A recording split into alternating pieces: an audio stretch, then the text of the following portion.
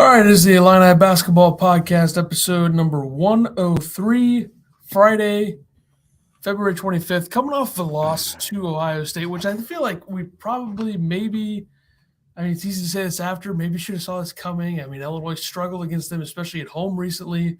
But with the way the game started last night, you would have thought Illinois would not have much of a problem in this game. And then it just turned. I mean, I don't know. There's a lot that went into it. We can scream and yell about the refs and the way that Illinois played all you want, but this is just an ugly, ugly game. Yeah, I mean, the refs didn't, let Malachi Branham score 31. They didn't let Ohio State go on like a 22-2 run, I think is what it was. So, there were some questionable calls, some weird calls, but at the end of the day, Illinois had a chance to put this game away early, and once again, they didn't. So, player of the game, I'm going to go with Alfonso Plummer, 9 of 15 from the field, 8 of 10 from three, 26 points, 3 rebounds, 2 assists. This was the Alfonso Plummer that we have been missing. We got him back, and we still couldn't find a way to win. So he was great, but the problem is that he kind of disappeared for most of the first half of the second half. And I think the entire team kind of did. But they did. I mean, here's the thing. Very rarely do you say it's an ugly performance when the team scores 83 points.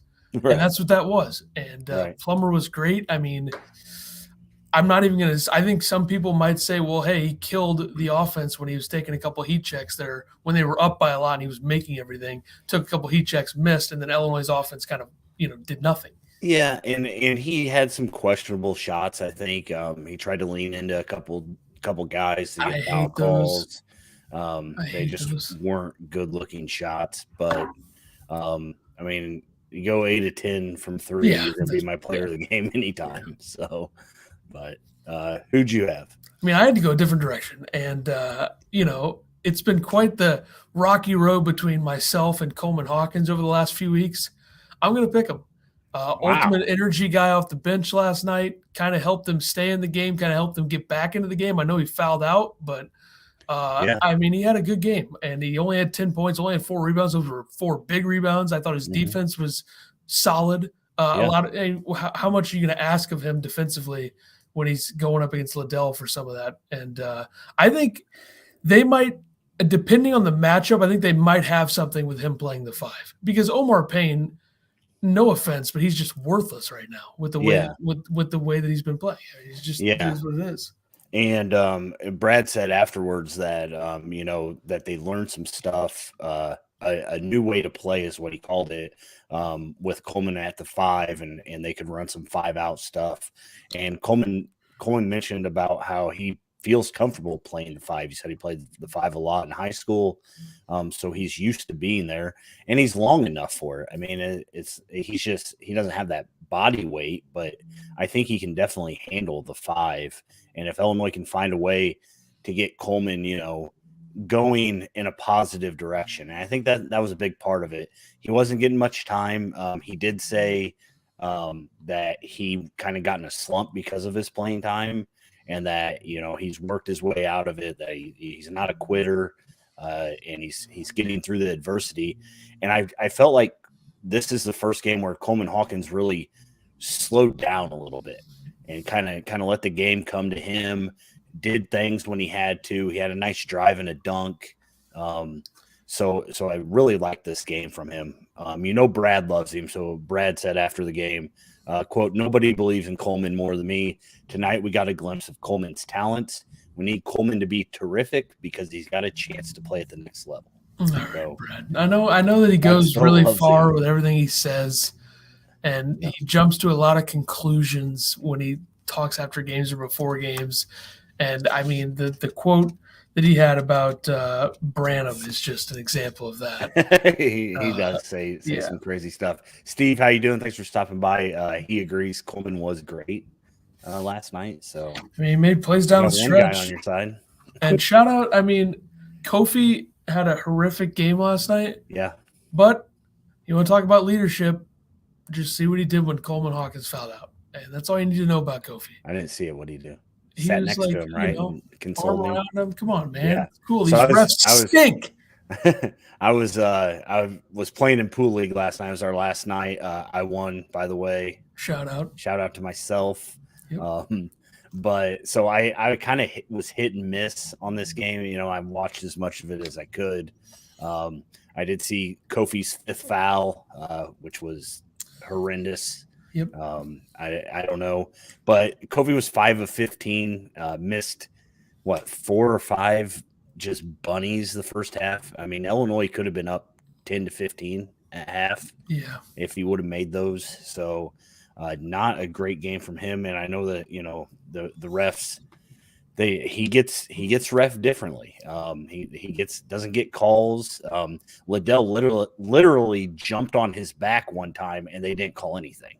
I mean, Kobe was literally bent over and Liddell came full force down on him and they didn't call anything, which. Yeah, I agree. I mean, these guys especially have no idea how to officiate a game. I mean, these guys, I'm just going to call them by name. I don't give an F. DJ Carstensen and Brian Dorsey stink at their job. Like, they are horrific officials. It's almost to the point where, do they have money on Ohio State or Purdue in those 2 games? I mean, it's absurd. Yeah. 64 free throws in 2 games. And I don't give a shit about all these Big Ten fans retweeting the tweet that I put out about that last night saying, well, maybe our team is just good at drawing fouls. Yeah, Purdue and Ohio State go out of their way to try to get calls more than anybody. I agree with that. Yeah. But guess what? A 2-to-1 ratio or a multiply, 64 divided by 32. It's 2, right? Yeah. What the hell is that? 64 free throws in 2 games in Champaign. Yeah. And Kofi fouled out in both of those games. They have no idea how to officiate Kofi. They have no idea how to officiate basketball, to be honest, if they're that bad. It's just horrendous. I hope we never see these guys again this season. They're so stupid, so bad. I mean, just horrific at their job. They make Borowski look like the Bill Belichick of officiating. I mean, it's just a joke. They just literally have no clue what they're doing. They know how to kill a game. They know how to call or stop, zero flow in the game when they're doing a game because they're stupid and they suck at their job. They reward guys flailing around trying to get calls over actual fouls. And I will say this about Kofi. Keep the ball up. When you're facing these dudes who are 6'7" or 6'8", 6'9", keep the ball up. I know that people think that Zed Key stripping him was a foul. I don't think that was a foul. I think that was clean. Keep the ball up above your head and just dunk it or put it up. I mean, he definitely got ball before he got arm. So he kept putting the ball down so many times. Yeah, and part of that's on Kofi. I think part of that's on entry passes too.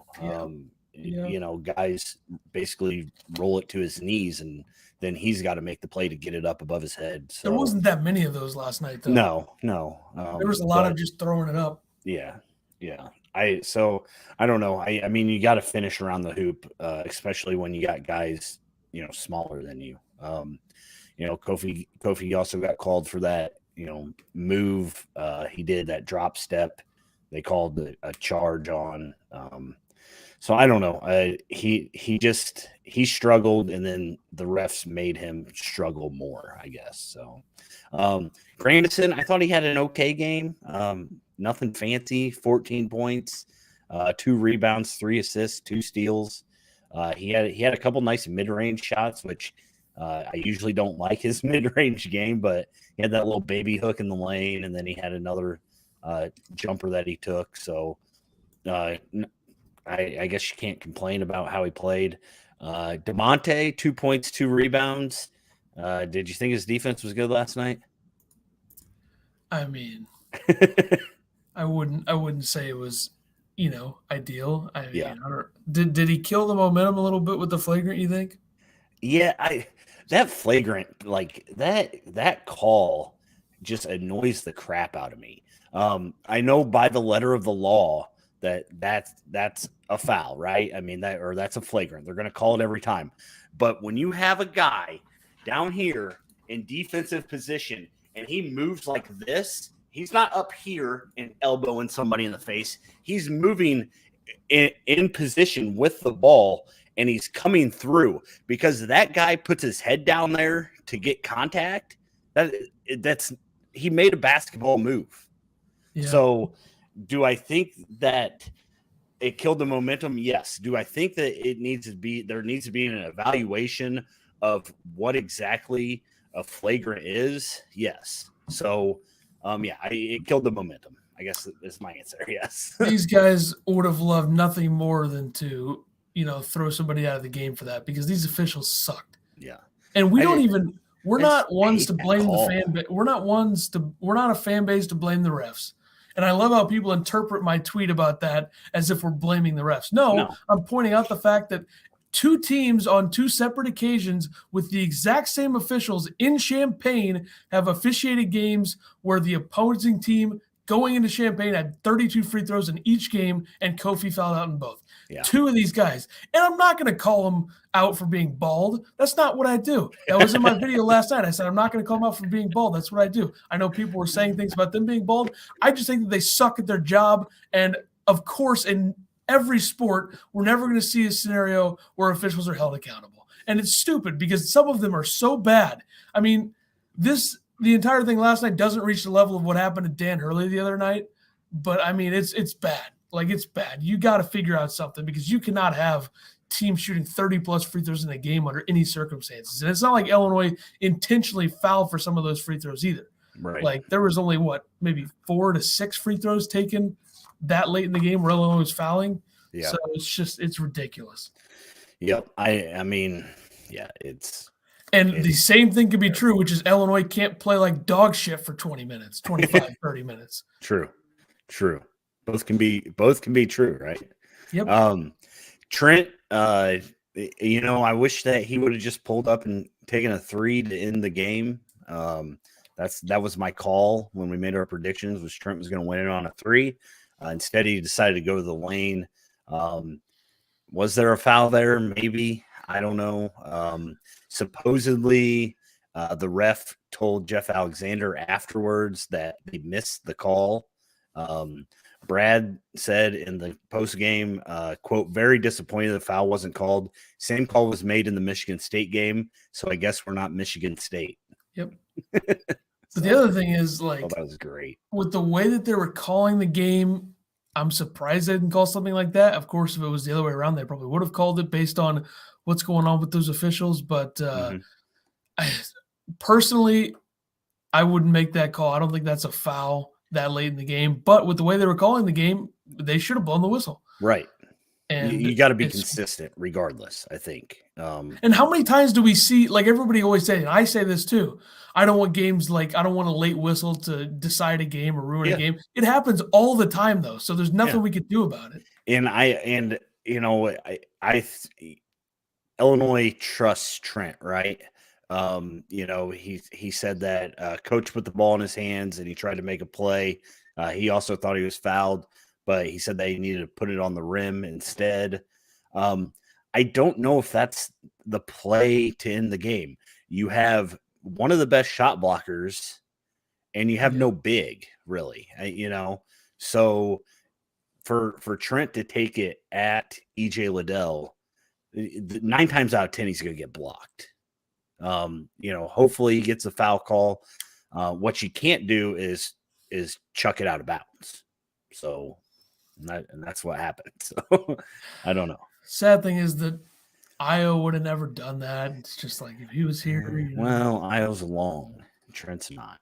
Steve says, I really hope Brad brings the West Virginia press to Illinois for periods of time in the games. I'm okay with that. I don't think their press is that good, though. Surprisingly much better than I thought it would be last night. Yeah, it was. And I think the press runs better when Kofi's not in, and you can have Coleman Hawkins down running the point of it. But I'm sure that we'll see it maybe a little bit more.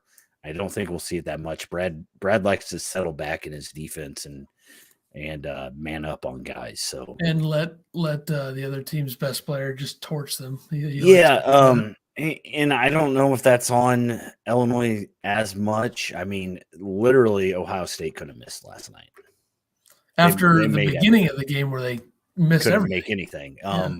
And Ohio State's been struggling to score, so it was only a matter of time before they do that. So, Evan says, I like it. Just throw off the other team's offense here and there. Yeah, I don't mind it at times. The problem that I have with it, I think Brad's gonna do it. depending on when you're doing it in the game, is that for a team that has struggles with offensive slumps during games, you're just the energy level is not gonna be there offensively if they're doing that for long periods of time, or in the middle of a game. Right. And Brad also said about Trent that he needs to be more aggressive. He said we need Trent with the mindset that he needs to get 30 every night. So yeah, he might have had that mindset last night if he wasn't sitting for half of the first half. He had 12 points, of course, 1 of 4 from 3. He played 31 minutes, so basically played all but the time that Brad put him on the bench. He's a guard. How many times do you think he's going to foul? I mean, this is Kofi. It's completely different. Yeah, and I thought Trent's fouls were rough. I mean, they weren't. The one, I guess they said he was in his cylinder when he came down or something. I don't know. Didn't look like he touched him at all. And then the second one, he was straight up, I'm pretty sure. But Brad said that he was going to trust Kofi and Trent with 2 fouls. And then you take Trent out of the game, and Illinois looked dead.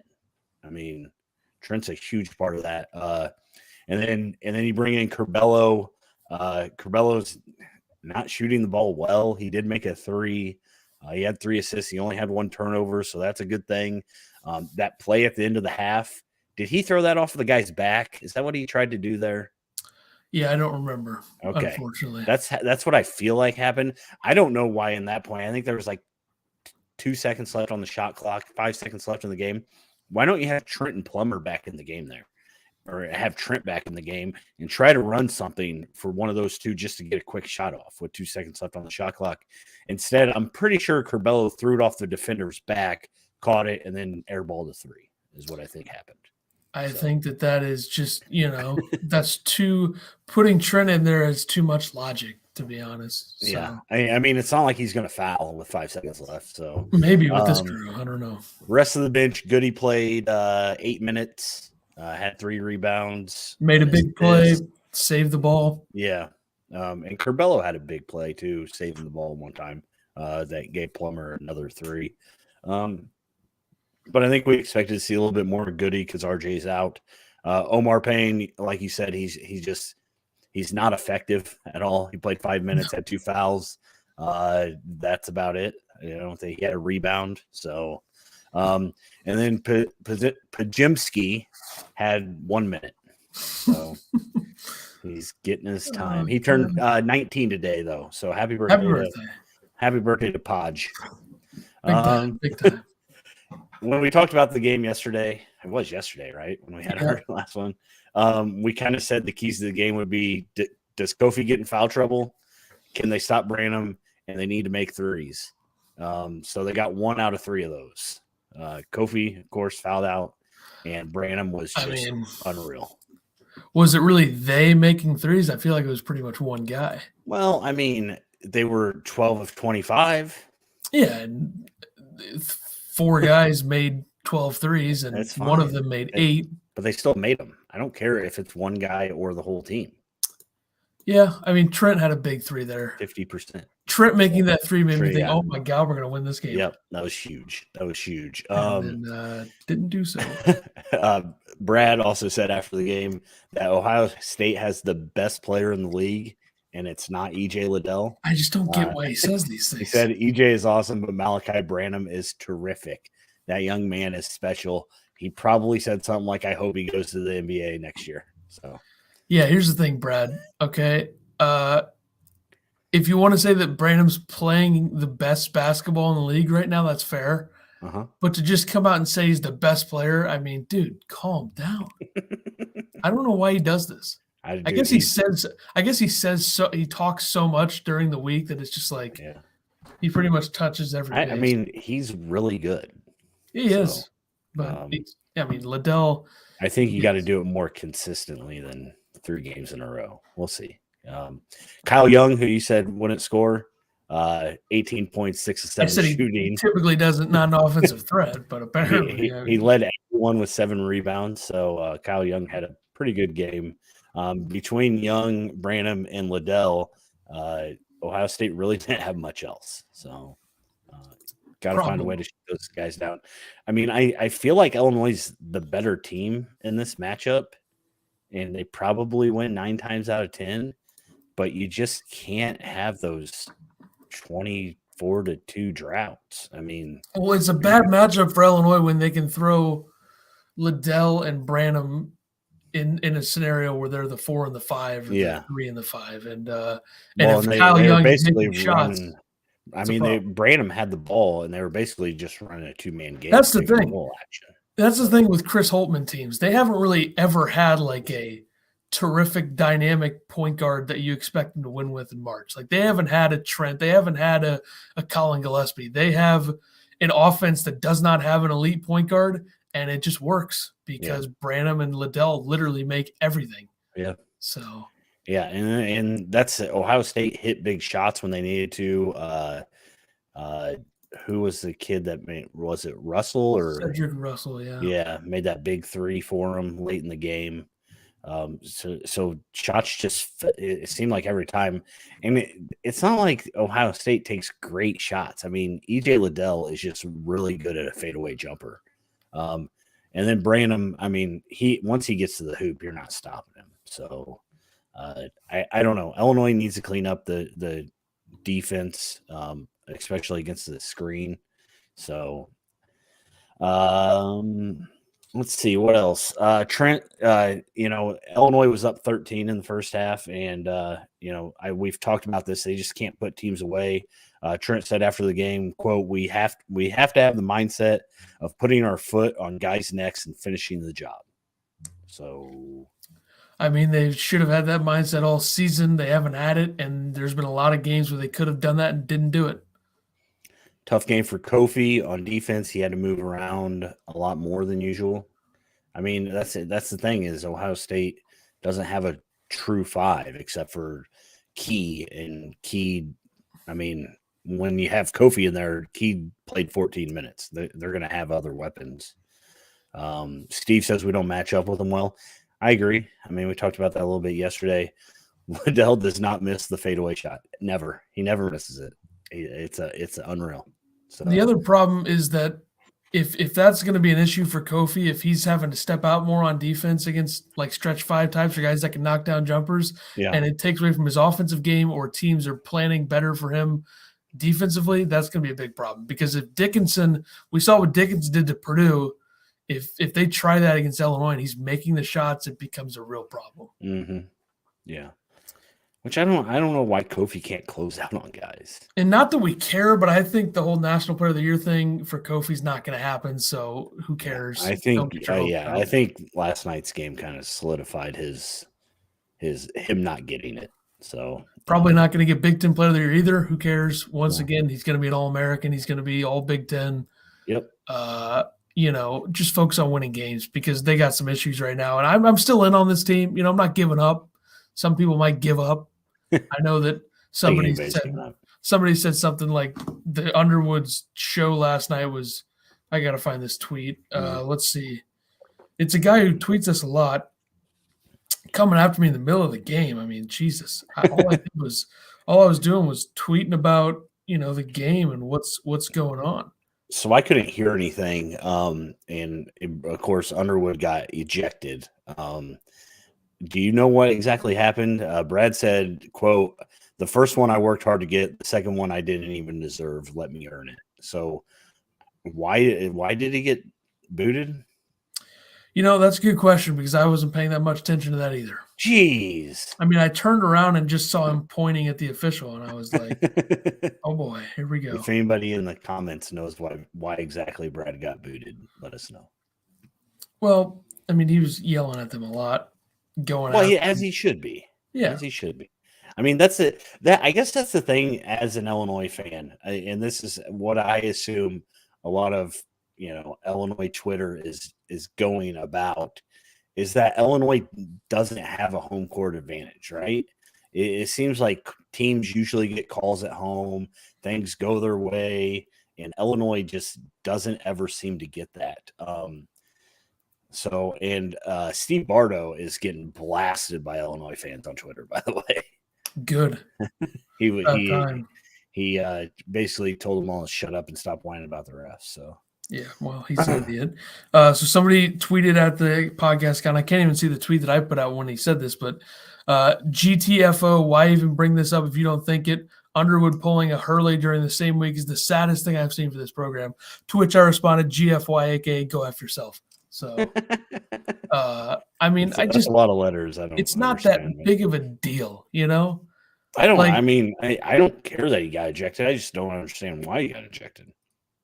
Yeah, I think a lot of it had to do with what Kofi, you know. He was defending Kofi not getting calls. Yeah. I mean, that makes sense. But I just don't So he, of course, got mad about that, got ejected. And then so it wasn't like when he was actually going after the refs, right? He got ejected before he decided to go out on the court and point at them very aggressively. And then he riled up the crowd. That he was already ejected at that point. Yeah. From what I understood. Yeah, and also Jeff Alexander having to get in front of him there. Shout out to him for that. I know that there was a couple people that heard what was being said, something like Jeff Alexander saying they're going to call effing fouls or something to Brad to get him to calm down. And that's a tough job. That's a tough job. Evan said it looked like he barely even got to say what he wanted to. A lot of pointing, I would say. He does aggressively point. Aggressively point, yeah. But yeah, I mean, you got to bounce back. You got to go beat Michigan, and then you got to win the 2 at home. If you do that, they're gonna get a bye no matter what, right? That's kind of what you're looking for right now. You know, if you don't win the Big Ten title, you want to try to get that first, I guess the first 2 rounds technically in the Big Ten tournament. You want to stay in the top 4. So with Ohio State, if they win out, Illinois is going to be the 4 seed at this point. So I mean, we'll see. I don't know. We'll see. Got to beat Michigan first. Yep, absolutely. And the interesting thing about the officiating before we're done with that for the night or for the day is that Keith Kimball, who is the other guy doing the game last night's the number 1 ranked official in Kenpo. Really? Interesting. Because these 2 idiots. But who made all the calls, right? Yeah, it was the bald guys. I mean, come on. The other 2 idiots, Carstensen and Dorsey, were with Borowski during the Purdue game. So just a great combination there. I mean, my God. But anyway, Ohio State comes in, beats them. What can you do? They shot really well after a slow start. Yeah. And Illinois out-rebounded them somehow. From the field. 12 offensive rebounds. How about that? Yeah. I mean, it's hard to get rebounds when you're making them all for Ohio State, right? Can't get any offensive rebounds. That's fair. All right, let's do Illinois, Michigan, at Michigan, Sunday, 1 o'clock, CBS. Not sure who's going to be calling this game, but we'll find out, I'm sure, on Sunday. But first big national game of the year in terms of playing on CBS. It's a big deal, and this is Michigan, weirdly enough, last Sunday they played on CBS. Interesting. I wonder what happened during that game. Interesting. Second matchup of the season between the 2. Illinois won the first one 68-53. That was January 14th. Dickinson was not playing in that game.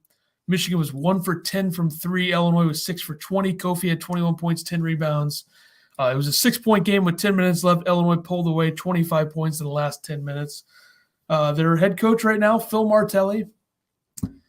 He was the head coach a long time at St. Joe's, I believe. Assisted on Jawan's staff now. They beat Rutgers 71-62 in their last game, the first game with Martelli as the head coach.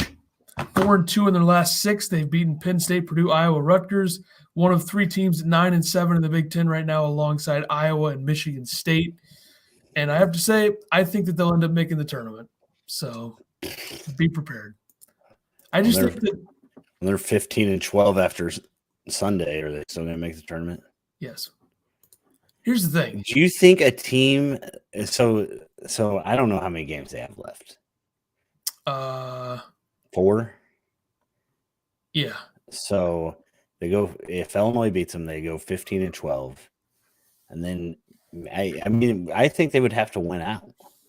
They're not going to let a 16-win team. That doesn't matter, Oh, it matters. That doesn't matter as much as it used to, at least. Like, they're going to end up probably with 17-13, and then they just got to win one or two Big Ten tournament games, they'll get in, because this is a team that I think the committee likes a lot. And also, I'd much rather see Michigan get in over Indiana. Indiana is as mediocre gets.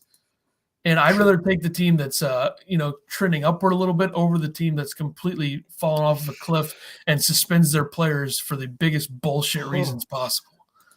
And Mike Woodson, give me a break, thinking that guy can coach. But there is some blemishes on their resume. Michigan, quad 3 loss to Minnesota, and 3 quad 2 losses as well. But I think that they'll end up getting in the tournament. So I'm trying to get Illinois fans, don't be surprised. They're 33rd in the net. They're ahead of Michigan State in the net.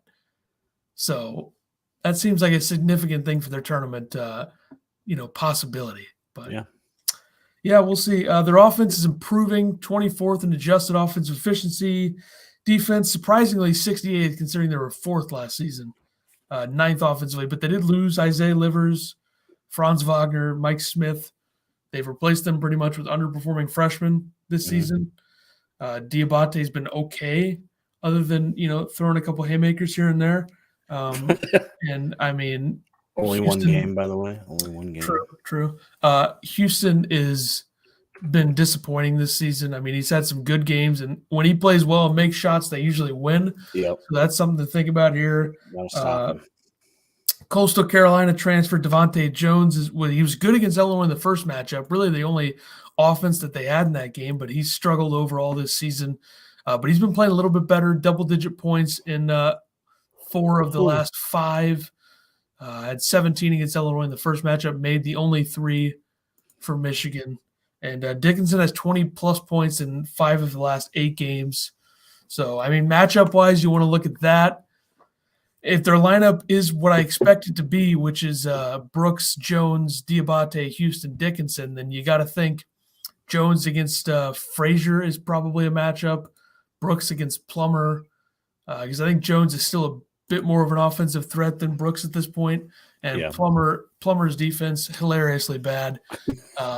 And we all know that. The worst. Yeah, one of the worst defenders I've ever seen, but good guy.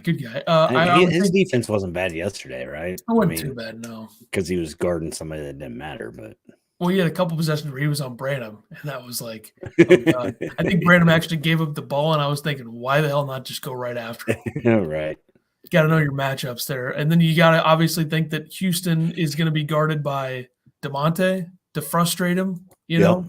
I know there's a height difference there, but I don't care about that. Diabate against Grandison is probably the matchup, and then you probably see Hawkins in at some points on him, and then obviously Dickinson, Kofi, main event type stuff. The big thing for this game is if Dickinson's making threes or making jumpers, you got a big problem. Yeah, I think you got to pound the ball into Kofi early, try to get Dickinson in a little foul trouble. And Dickinson's done nothing to prove that he can guard Kofi to this point. But the other thing is, I think in a lot of the games that these two teams have played where it's been Dickinson versus Kofi, everyone around Kofi has played a lot better or played, above what you expect. Because you remember the game last year with Io out at Michigan. Adam Miller was making shots. Trent was making shots. DeMonte was making shots. So I think that made Michigan's defense not focus on Kofi as much. So that's going to be a big part of this game. If Plummer's making shots, if Frazier or Grandison are making shots, it's going to help Kofi get a little bit more one-on-one. And, Yeah, I agree. Kofi, big bounce back, according to Steve.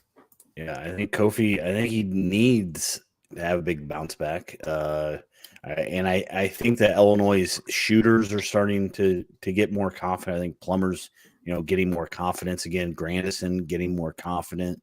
It sounds like Brad wants to make sure Trent gets more confident, gets a little bit more aggressive. So I guess the question is, does Hawkins get a lot of time over DeMonte just for that offensive lift? So. I mean, I think DeMonte's always going to get 30 minutes. I don't think it matters. But but I think you gotta start looking for ways to stop droughts, and DeMonte is not a way to stop a drought. So Was that Kofi's worst game of his career, or at least the last 2 seasons? I mean, I'm not going to count the Loyola game because I know it was people would say that, but he had 21 and 9. That was more right. Io struggling. Yeah. But I mean, you look at this year, it's his worst performance, but you throw Arizona in there too. He's 5 for 15 in that game, 3 for 6 from 9, but he had 13 rebounds. Yeah. So last night, 3 rebounds is a bit of an issue. But yeah. when was the last time DeMonte didn't play that many minutes? I mean, every game. 30 minutes. He's got to average over 30. He only played 23 against Northwestern, but who cares? Illinois was fading away in the second half of that game. So what can you do, really? I think would be the thing to say about that. But all right, predictions. Like I said, I think I agree. Kofi's going to have a bounce back game. I think he's going to get Dickinson in foul trouble. Hopefully, he stays out of foul trouble himself. I think the guys around him are going to make shots. I think Plummer's going to knock some down. I think Trent's going to knock down 3 or 4. Hopefully Curbelo has another good game. He played well against Michigan last year. I got Illinois going to Michigan and spanking them 83-65 Illinois. Yeah, I think that's a step over the line. They got to be pissed off. They got to be. I think so, but I just don't see any evidence from this team to use that as much as they should or other teams have in the past. Like, I don't see them being a team that's going to come out. DeMonte is averaging 30.1 minutes per game, which is third behind Trent Frazier at 34.4 and Alfonso Plummer at 30.3. It's not surprising. I'm going to take Illinois to win. I think it's going to be close, 67-63. I think it's a close game. I don't think Kofi is going to be that big of a factor in this game based on my predictions. And here's why. I'm not saying that he's not going to be a big part of the game plan or he's not going to, play a lot, but I think I don't think he's going to have like a 25-point game. I think like 18 and 12 would be where I see him. I think this game's going to come down to making shots. Surprisingly, 18 and 12 is a pretty good game, Ethan. It is, but I expect more out of Kofi, Okay. like when you say big bounce back for Kofi, you're thinking like 30. I'm thinking that he's not going 5 for 15 and getting 3 rebounds. He could, though. I mean, this is not an easy matchup for him. I don't want to overlook what Dickinson has been doing recently, but I don't know. I think Michigan's a team that's going to be playing more inspired without their coach, and I don't know why people think that Jawan's like automatically like a bad coach because Michigan won without him in their first game. But it's just that's just the way it goes, right? They're just going to be playing inspired ball. They're taking it a different way than the outside media sees it. Yeah, hopefully Diabate doesn't punch DeMonte in the face. I mean, because he might die. Yeah, I mean, here's the thing. If he wants to do that and get like a technical or something during the game, that's fine. And I think DeMonte could take one if he needed to, So we'll see. Absolutely. One thing we didn't mention it yesterday, and so I just want to throw it out there. Kylan Boswell is supposed to announce Monday. Sounds like he's going to Arizona. So hope you didn't get your hopes up, Illini Nation, but it's not looking good for Illinois. Now we focus our attention on a different target. And, that's right. Next that man up. Target is obviously in 2023. It's JJ Taylor. Yeah. Okay. I think what's the kid's name? Merez Johnson. Is that his name? That he was at the game last night. Apparently, he was sitting like top row or something, but can't even give the guy some good tickets. He's like class of 24. He did say can't wait to play here. So is he a guy that reclasses? You think? I don't think so. What if he like turns into a 5-star? I don't know. Then you think about well, there's only like 5 to 10 5-stars in that class, in class of 24. And that'll change, Well, obviously. I'm all just right, whatever. Anyhow. All right, that'll do it for us. We'll be back next week to discuss the Michigan game. We both think they're going to win. Hopefully they do, and we'll see you next time.